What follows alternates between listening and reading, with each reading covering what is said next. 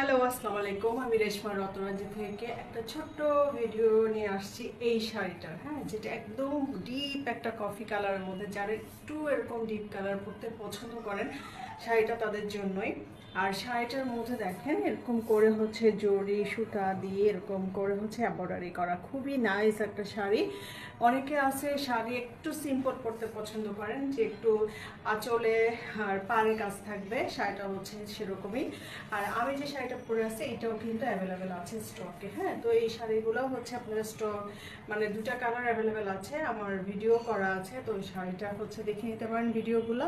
আর এই শাড়িটা আমি এখন দেখাবো, এটা হচ্ছে শাড়িটা হচ্ছে ডিপ একটা কফি কালার, যেটার কালারটা হচ্ছে এরকম।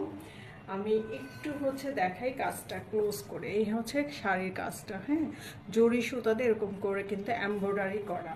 তো শাড়িটা আমি একটু খুলে দেখাই। হ্যাঁ, অনেকেই আছে